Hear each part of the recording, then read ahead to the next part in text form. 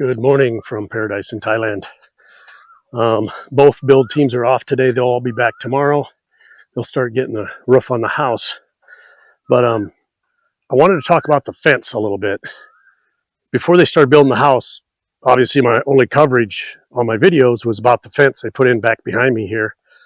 And since they started building, they went to work on that front fence. I'm getting a lot of questions now about the fence, mainly because the front fence is just broken into little segments throughout the videos of the house. But I'm starting to get quite a few questions. We've got quite a few new subscribers. So I told a couple of the guys that were asking questions that I would just do a video on the fence, just kind of get everybody updated, and kind of a filler video anyhow, because I got nothing to do the next day or two. So anyhow, let's start with this one.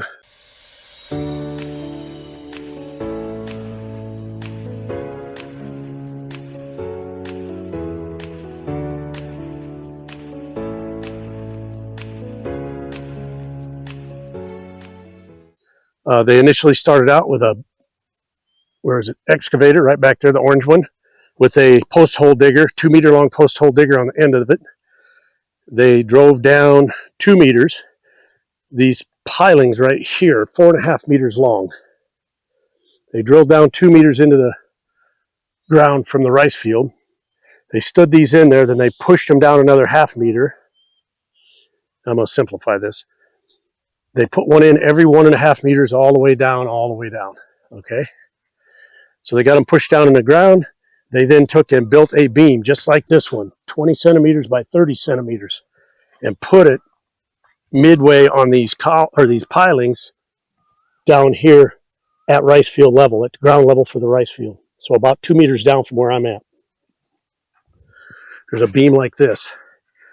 Once they got that set, then they come through and they put these panels in. There's 4 per section. They're 1.5 meters long, obviously, because the columns or the pilings are 1.5 meters apart. So they set 4 panels down between each piling. Once they got that, they went through, and on every piling, they then put a 2 meter long post in the ground back here. They cut a hole with the post hole digger, put the post in it, secured it, and then they put rebar from that post out to every one of these pilings, and then concreted that rebar into place. So obviously after that, the next thing they did is they put a 20 by 30 beam on top of all the pilings. And when they did that, they also encased in the rebar for the beam these posts here, which are 2.5 meters apart, all the way down. So in a quick synopsis, that's this wall back here. And all those videos are earlier, just like a month ago, if you want to look through those. But in general, that's what it is. On this front one, because this one was going to hold back 2 meters of dirt, and this one only about 1 meter, we did this one different. We did all the stays and the pilings and all that stuff. Also, this is on a rice field where it gets very, very wet. So to be safe, we wanted to do it right. We did all the pilings and the stays, anchors, whatever you want to call them, on every post. Out here, a little different story. We have 2.5 meter long posts. They poured a small pad on the bottom just to basically set it on, and these are prefabricated posts here with like a foot on them, a square foot on them. They poured a small pad for every one of these, set them on the pad.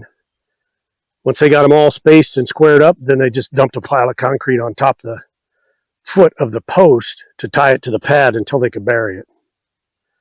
0.5 meter up, they put this beam here in,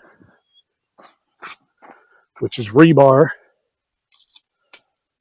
It has rebar all the way through. One solid set of rebar all the way down, around the corner, all the way to the other end. And this one is 8 centimeters by 30 centimeters. After that, as you can see, they went through, they punched holes through all these. They ran long pieces of rebar right down through all these.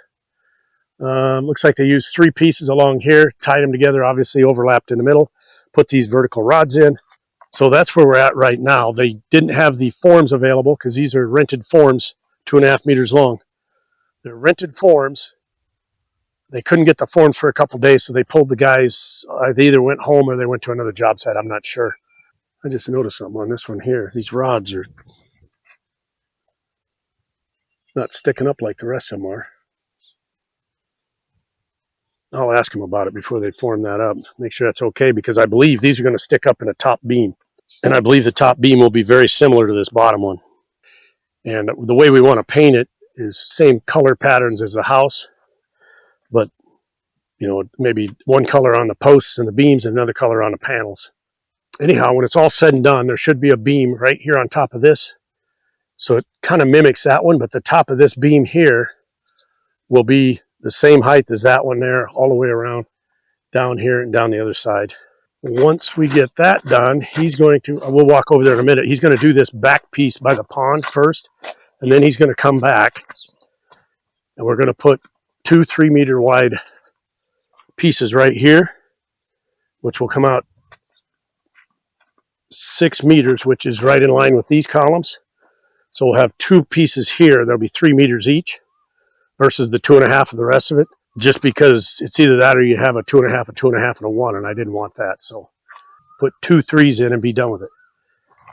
The gate, I wanted 5 meters wide. It ended up 5.5 because I think he started on that corner and measured back 2.5, 2.5, 2.5 until he got to close to the gate and just stopped.